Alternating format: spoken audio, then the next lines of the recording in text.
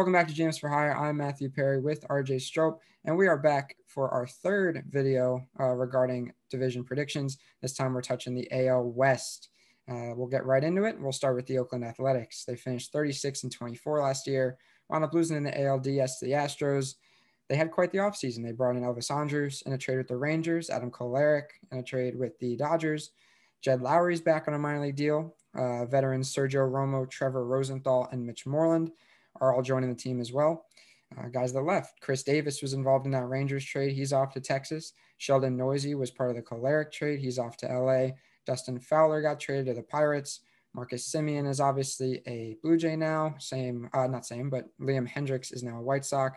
And then other veterans that left, Mike Minor, Joaquim Soria, Robbie Grossman, Tommy LaStella, and Jake Lamb. RJ, what are your thoughts on the Oakland Athletics? So this is a team, the Oakland Athletics, the last few years, they're not a flashy team.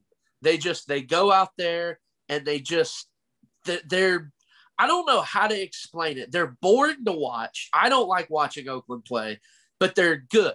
And it's honestly really annoying because they really don't have a big name superstar on that team. They have a couple good players, like I'm not going to lie, but there's not a player like a Trout or a Tatis or even a Bryce Harper, like someone that you want to watch play. This is just a boring team that just goes out there and they're really good every year. But you mentioned the losses. Chris Davis, Marcus Semien, and Liam Hendricks, those are huge losses. Like, how is a team with such little payroll like the Oakland A's going to be able to overcome three huge losses like that? I don't know. I personally think it could be a tough year for Oakland. Yeah, I mean, they're definitely not as good as they were before, but they're always a sneaky team. I agree. They might not be the most exciting. They don't have a big money guy like Fernando Tatis or anyone like that, but they have some quality guys. I mean, you look at the lineup, Ramon Laureano really came into his own the past couple of seasons. I really enjoy watching him play. Matt Chapman's probably one of the best defensive third basemen in baseball. He's got a platinum glove to show for it. Matt Olson's got some power. If he could work with the strikeout rates, things could get better.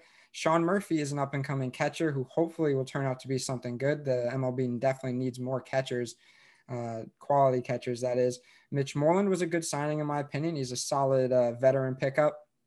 And then you look at the rotation. I mean, this is not their strongest rotation. They've definitely had better in the past.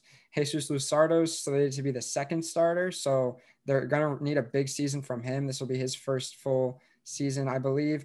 And then Frankie Montes has his ups and downs. Sean Manaea threw a no-hitter a couple years ago, but really we haven't heard much from him since. And then Mike Fiers, he's more known for off-the-field stuff. So, this rotation is really the big question mark for me. I think their bullpen's fine, even though they lost Hendricks. They signed Rosenthal, who had a really good year last year. We think he's back. Adam Kolarek was fantastic. Once the Rays traded him to the Dodgers, he absolutely thrived in LA. Hopefully the same goes for Oakland. And then Sergio Romo in that pen, you know what to expect from him by now. The A's are here and there. I mean, I do still think they'll finish towards the top of this division, but really we'll have to wait and see. They do have the prospects also to show for it. AJ Puck, we should be looking out for him this year. Same with Dalton Jeffries and Seth Brown. They have a decent farm. So the future is not too dark for Oakland, but we could see Billy Beane make some moves if they're not contenders at the deadline. Pacoda projection, they have them at 82 wins. RJ, over or under? That's honestly about right. To me, they look like right at 500. I don't think this is a team that I don't have them as a playoff team this year. I don't know. We'll probably get to the playoffs later. But this doesn't look like a playoff team to me. I think right at 500 is about perfect.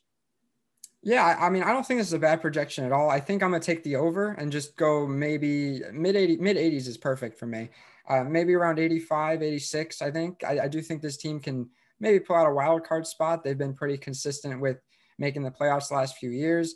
Whether or not they can go deep in the playoffs is the big question. Obviously, they have yet to do that in their recent playoff runs. They always seem to come up short for some reason. So definitely an interesting season for the Athletics. A couple guys in contract years. So Billy Beane, the eyes are on you.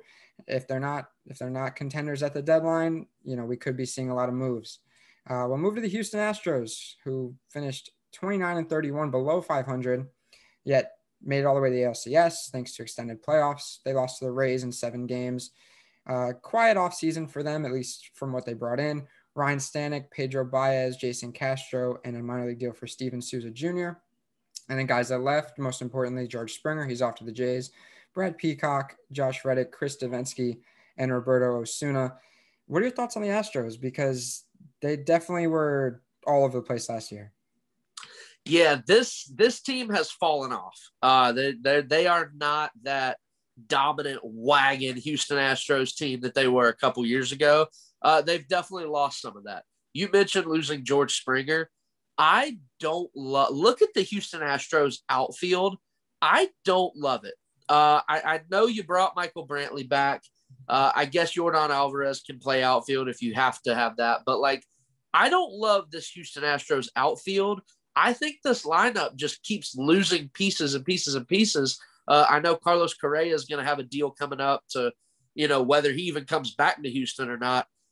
This is a team that just keeps losing guys. And I don't like the direction that Houston's heading in. Now, everything that I just said about Oakland and how I don't really like them and I don't think they're a playoff team, I think Houston is going to benefit from being in the American League West. I don't think the rest of the division is really any good.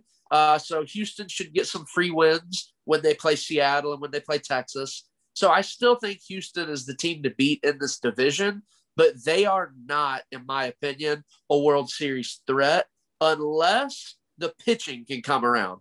Because I know Justin Verlander's injured. He's going to be coming off of the IL. Justin Verlander's got to come back and be that dominant ace that he was. Zach Greinke's going to have to still be good. And my guy from Tampa, Lance McCullers, absolutely has to have a bounce-back season. He was not good last year. I get it. The COVID year was weird for everybody. You kind of take last season with a grain of salt. Some guys handled it well, some didn't. Maybe Lance McCullers just got out of his comfort zone. Now that things are going to be closer to normal, maybe he could be that person that we saw a couple years ago in the ALCS versus the Yankees on that World Series year. Because if McCullers can get back to being what we think he can be, they would have a solid 1, 2, 3 in the rotation to kind of make up for the production they lost in the lineup.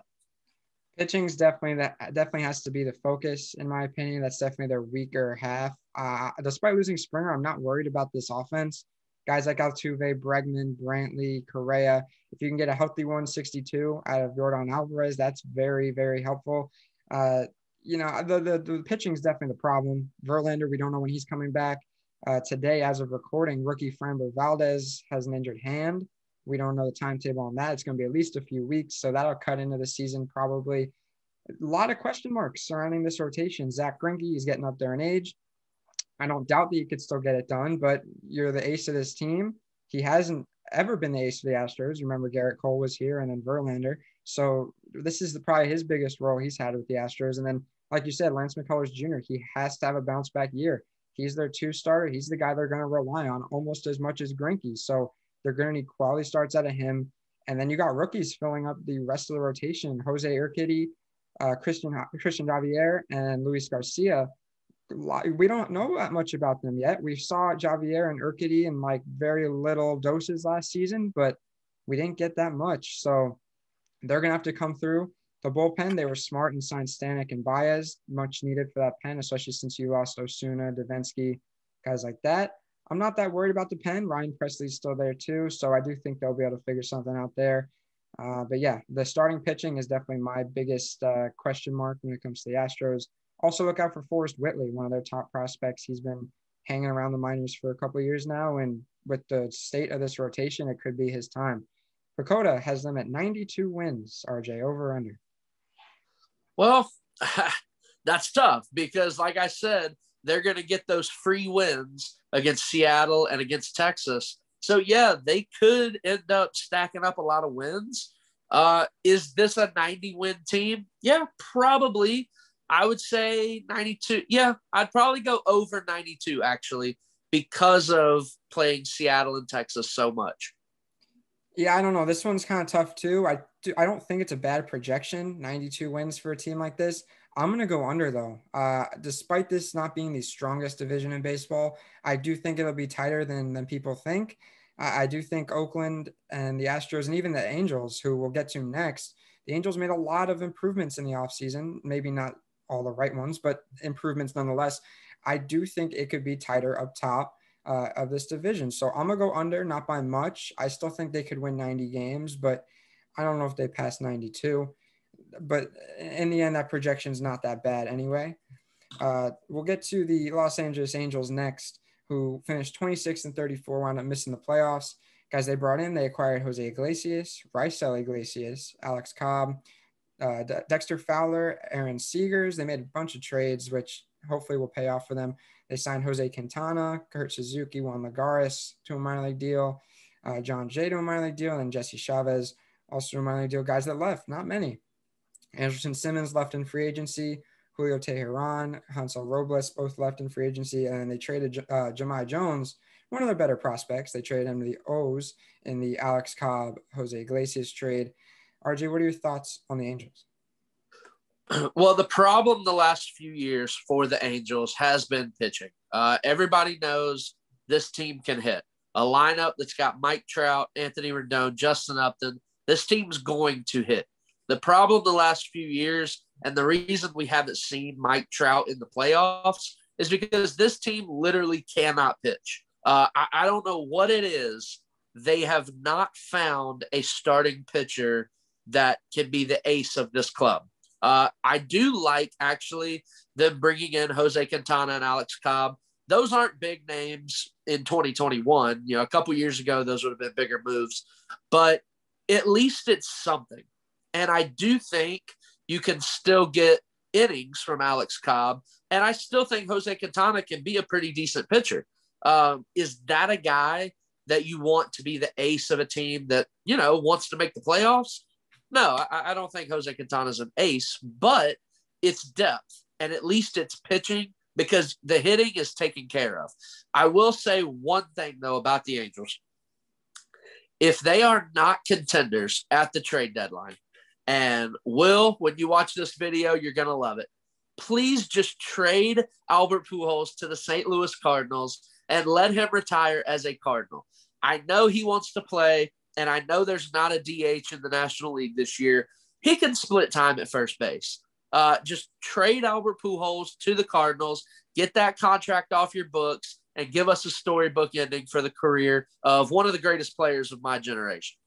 Listen, I love the idea. I fully support it. I don't know about splitting time at first. The Cardinals kind of need that production from Paul Goldschmidt, but I'm sure they could figure something out. He'll at least get those September starts where, you're winding it down, kind of honor him at the stadiums that he made the most marks at, probably like Wrigley and all those parks in the Central. But yeah, I don't know about splitting time, but I do love that. I do think he should go back to the Cardinals, or at least next year sign a one-day contract, retire as a Cardinal, make it official. If this is his final season, he's currently slated to be on the bench, according to FanGraphs. That's where they have him projected. The lineup's good. With or without Pujols, the lineup is good, in my opinion. David Fletcher leading things off. He had a breakout year last year. Lots of good contact from him. Obviously, you got Mike Trout batting third, the GOAT, in our opinions at least, of this generation. Anthony Rendon, you gave him the money. Let's see if he could really back it up. He was all right last year, but I do think he could be better. Justin Upton getting up there in age, but you're paying him to produce, and he's hanging in there. So that's all right. Shohei Ohtani, he has a lot to prove this year. They gave him the money a couple years ago. He suffered some injuries. He had to go through Tommy John. He's looking to maybe be more of a designated hitter, more of a batter this year than a pitcher, although they do have him as a sixth starter just in case. I still believe in him. I still think he is a quality player, and as long as he can stay healthy, he can give this team a lot of production. So I'm looking forward to him being able to prove himself this year. Jose Iglesias fits right in where Andrelton Simmons was, two defensive shortstops. You didn't really lose much by getting rid of Simmons and replacing him with Iglesias, so I like that. The pitching has been a problem. It's been a problem for years. The bullpen, besides Raisel Iglesias, it's all downhill from there. I do think they still need to address the pen. They addressed the rotation, like you said, getting Quintana, getting Alex Cobb. It helps. I do think there were better options. They could have traded for Jamison Tyon, which obviously we saw the Yankees do. They could have tried giving a contract to Corey Kluber, which we saw the Yankees do, and not just because I'm a Yankees fan, but those were quality pitchers that were available. So, the Angels could have made moves like that. One guy on my mind is Jake Odorizzi. He's still a free agent right now, and he's a quality pitcher. He had a decent year with the Twins last year. We saw him have some quality years with the Rays. He can give a lot. He'd be like the Angels 3-starter right now. Honestly, I think Odorizzi would not be a bad signing for many teams, the Angels included. Definitely pitching is the issue here and something they will have to address because I don't think they can win a division with this current pitching staff, but I guess we'll wait and see. Pecota has them at 86 wins, RJ, over or under? That's tough. That's a stretch. I would have to go under because of the pitching staff. You mentioned it. This is not a pitching staff that can win a division. And if we've got the Houston Astros sitting around 90, 92 wins, you're telling me the Angels are only 4 games worse than them? Like, come on, not with that pitching rotation. This is under. I do think the Angels can finish second in this division, though, over Oakland, but that would be close. 86, that's too high. Yeah, I got to go under. As much as I want to see the Angels be successful, because they have Ohtani, who I'm a very big fan of. They have Mike Trout, who we need to see get some playoff at-bats. I mean, if anyone deserves a ring in this league, and I mean, I'm sure there's plenty of names, but Mike Trout is currently in a position where he might not win a ring in his career. I mean, he's already been here. This will be his 9th or 10th year in the league. He still got time, but this is his prime. You want to see him do something special in the playoffs. So it's disappointing. I do think the Angels will wind up disappointing again. I'm going to take under. I think they'll sit around 500. I think 81 wins sounds reasonable for them. Hopefully they keep moving forward, though. They have a couple of prospects. Joe Adell could see some time this year in the outfield. He should start over Dexter Fowler once he settles into a groove. I mean, Adell was one of the top prospects in baseball at one point, so they got to give him more of a chance. He had some starts last year, and he wasn't his best, but I do think Joe Adell has it in him. Dexter Fowler, he doesn't have to be there. I mean, come on. But yeah, hopefully the Angels don't disappoint, but it looks like a season where they might come up short once again. We'll go to the Seattle Mariners, who finished 27-33, missing the playoffs last year. They made some moves. They brought in Rafael Montero, trade with the Rangers. They brought in Ken Giles, reunion with James Paxton, Kenyon Middleton, and then Chris Flexen. Guys that left: D. Strange Gordon, Yoshi Hirano. That did not work out in Seattle. Nestor Cortez Jr. goes back to the Yankees, and then Carl Edwards Jr. Is gone.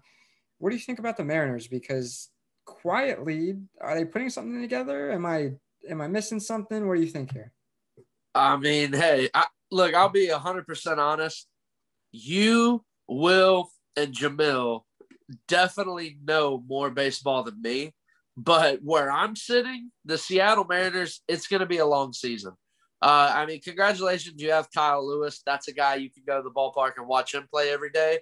But, like, is there anything else to build around currently right now? You mentioned the reunion with James Paxton. He did have a good run in Seattle the first time, but is that the guy on the pitching staff now? Is that your guy? Like, this team is years away. I know they've got prospects that, should be coming up in the next couple years. This team, I will say, look around the division. It seems like everybody else is kind of coming down and Seattle's starting to come up. So you do like that maybe they're trending up while the rest of the division is trending down. But this is definitely not the year for the Seattle Mariners. Yeah, I do have to agree. They're trending up for sure. The farm system's great. Guys in the next couple of years, you could see Taylor Trammell, Jared Kelenic, Logan Gilbert. I mean, this farm system is really good, and they've set themselves up to be successful in the next few years. Oh, Julio Rodriguez, too. He's absolutely fantastic in the outfield. We'll see him in probably 2022. Yeah, they've set themselves up to be good in the next couple of years, but this year is not one of them. I mean, the lineup is somewhat depleted. I mean, Mitch Haniger's back. He was injured a lot last year. A full year of him could be really good. He was an all-star, I believe, a couple of year ago. Kyle Lewis coming off a rookie of the year season. He's going to be their best player. We already know that. Kyle Seager, we don't know where he'll be next year. That thing with their president a couple of weeks ago in the Rotary Club, he exposed a lot of the business. One of them being this year is Kyle Seager's final year, which is something you really don't hear, especially from someone in the front office. He gave up all that information. If you haven't seen any, that kind of stuff, look that up. It's interesting and terrible for the players, at least. The Players Association getting a lot of evidence to use against the ownership, which is good and bad, I guess you could say. But the lineup, I like Dylan Moore. I think he's a good talent, but not much of the lineup. The rotation's not too bad. James Paxton is the 2 starter, according to FanGraphs. Marco Gonzalez is their ace. He had a good year last year. He's really coming into his own. Several guys have things to prove in this pitching staff. Yusei Kikuchi, they gave him that money. He came over from Japan and hasn't done anything. This will be his 2nd or 3rd year now, and the production has not been there. He's pretty much been a disappointment. He has a lot to prove. Justice Sheffield has a lot to prove. He came over in the Paxton trade, and they wound up getting Paxton back. So, I mean, I guess you could say the Mariners won that trade. But Justice Sheffield really hasn't done much yet either. Same like Kikuchi. Production hasn't been there. They're going to have to step that up. Chris Flexen, I'm not that familiar with, so I won't really share an opinion on him, but he's slated as their 5 starter. And then Justin Dunn, who they acquired in the Robinson Cano trade. Cano and Diaz, they acquired Dunn, and then Kalanick, who we could see next year. Dunn should be good. I mean, he's a young pitching prospect, got a good arm on him, good velocity. Hopefully we see a lot of him this year. This will be his first official year, first full year, hopefully, as long as everyone stays healthy. Looking forward to seeing more from Justin Dunn. The bullpen needs work. There's no really notable names in that pen. Ken Giles was a good signing, but he won't be available till next year. I believe he had Tommy John surgery or some procedure on his arm. He will miss the 2021 season. Yeah, it's not the Mariners' year, but like I said, the future looks bright. Pacoda has him at 71 wins, the lowest we've discussed yet. RJ, thoughts on that? That's about right. I mean, this isn't a team that's going to go out there and lose 100 games. Like, they're not that bad. But yeah, right around like 71, 72, that's probably pretty accurate. Yeah, I don't hate that. I don't think it's a bad projection. I'm going to go over, but only by a couple games. I don't think they're 71 wins bad. I think they're 73 wins bad, which, as small as a difference that is. I like the future, and I know I've expressed that plenty. This isn't their year by any means, but hopefully if everyone stays healthy, you see the real side of people, and you can kind of focus in and decide on what you want to go with moving forward, because there will be a lot of question marks for this Mariners team in the offseason with prospects coming up and contracts ending. Guys like Kyle Seager, he's been there his whole career. So if you want a franchise guy out, replace him with someone younger, move things around, we'll have to wait and see for the Mariners. But we'll finish up with the Texas Rangers, who finished dead last season, 22-38, missed the playoffs. They made some moves in the offseason, bringing Dane Dunning in the Lance Lynn trade with the White Sox. They acquired Chris Davis from the A's. Signing David Dahl was really nice, in my opinion. They signed a Asian product, Kohei Arihara. I'm not familiar with him, but I probably should be. Mike Fultonwitz. Let's see if he can come back with his little stint of the yips, or call it what you want. I'm sure, RJ, you have some opinions on Fultonwitz, being a Braves fan, but we'll get to the rotation in a minute. Brock Holt on a minor league deal. Tyson Ross, Ian Kennedy, Jarrell Cotton, all minor league deals. I don't mind it. Solid veteran pickups.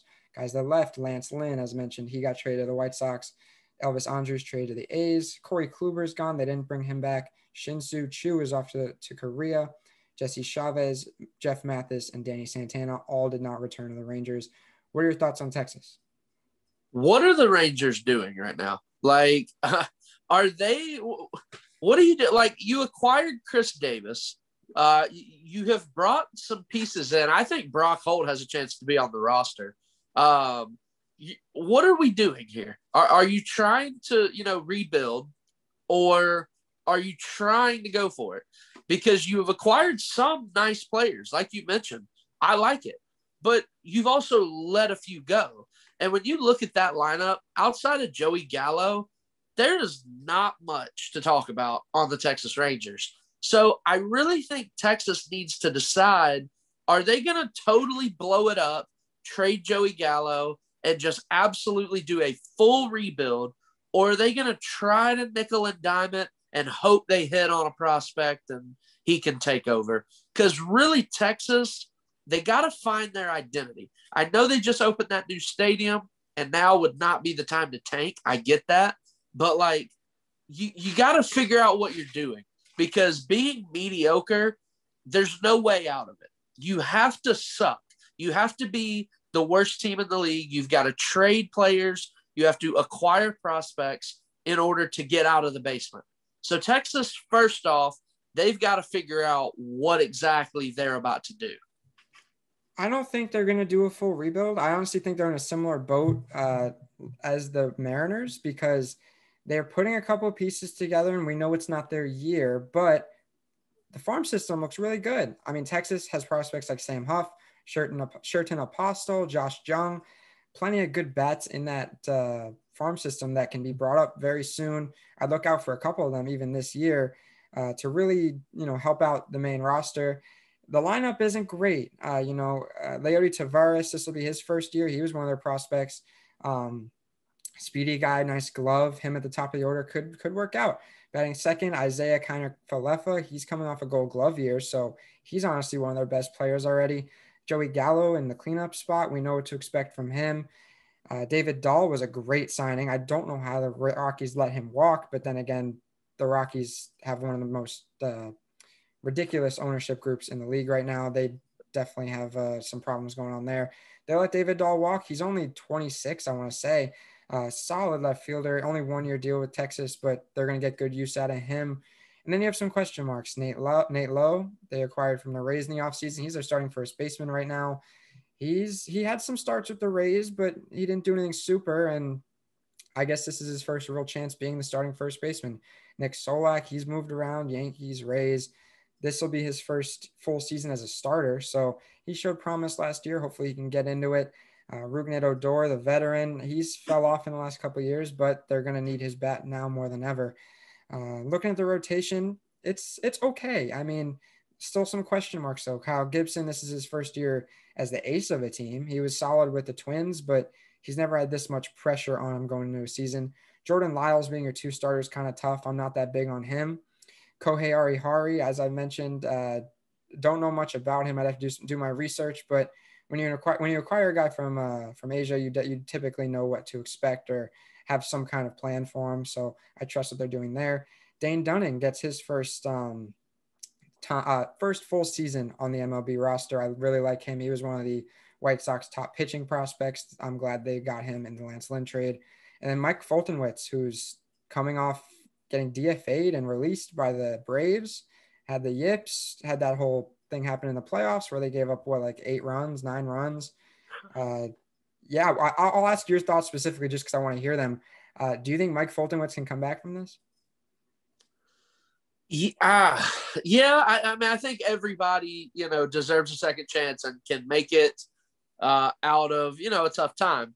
But this is not a good place for him. It is because there should be no pressure on him. This is a team that I think everybody is going to predict to finish last place in their division and maybe last place in the entire American League. So on one hand, this is a good place for Foltynewicz because there's no pressure. If he sucks, okay.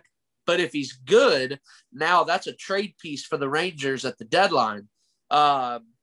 It would have been nice to see him go somewhere that has a solid rotation and they're going to win some games and just kind of ease him in slowly. I do wonder about the Rangers. Are they just going to throw Foltynewicz into the rotation and say, hey, let's see what you got? Or can you start him off in the bullpen and just work his way back up and see what he's got? And then mid-season be like, all right, let's put you in the rotation now. Get a couple good starts. Then the Rangers trade him to a contender. That'll be interesting to see if he can bounce back. And if he does, what the Rangers do with him. Yeah, I wasn't thinking about using him as a trade piece. That's a good point. But this spring training, it's going to be very important for Foltynewicz. They're gonna need to see what he can do, the Rangers. And if they don't think he can handle being a starter, I'm sure they could start him in the bullpen as a long reliever. I don't see a problem with that. They have other options for that fifth starter spot. But yeah, if I'm Mike Foltynewicz, the pressure's on. You have a lot to prove because, you were the ace of the Braves for a little bit at least. And you kind of fell off the face of the earth. You get the yips, got to learn how to play the game again. So hopefully he makes a comeback. He's a good guy. So I'd like to see him back in in talks among the league's best, but it could be a long road back. Pacoda has them winning 67 games. RJ, over or under? Under. I do think this team could lose 100 games. Really? I really do. When you look at it, like, I do think at the deadline they're going to sell. So the second half of the season, they're not going to win much because they're not going to have much. But we've talked about the rest of the division. You've got to play Houston. You got to play Oakland. You got to play the best player in the world who plays on the Angels. That's a lot of your season right there, just between those three teams. The Rangers are going to rack up a lot of losses. Trade deadline, you trade your good pieces, and they really just don't win much after that. This is a team that could lose 100 games. Yeah, I feel wrong saying they'll lose 100 games because I don't think they're as bad as a team like the Pirates, who I could definitely see losing 100 games. Absolutely. But yeah, like you said, based on the division they're in, who they have to face 15 times a year, it's tough. I'm going to go under just by a couple games because I can't see them winning many more than 67. I'll ask you this before we go. Deadline, you're selling. Do you keep Gallo and build around him? Is he your franchise guy, or is anybody is anybody ready to go? Yeah, I mean, I think the Rangers have to be open for whatever. I personally would trade Gallo. I do think he's a good young player. He does strike out a lot. Yeah. I don't know that that's your franchise cornerstone that you want to build around. I think you could probably find something better down the road to build around. I think this one, I'd just trade it all. I would literally trade whoever teams want. That's fair. And I mean, they do have the farm system where they could bring guys up to replace guys they trade like Gallo. I think trading for younger pieces, more prospects, wouldn't be the worst idea for the Rangers, but we'll have to wait and see.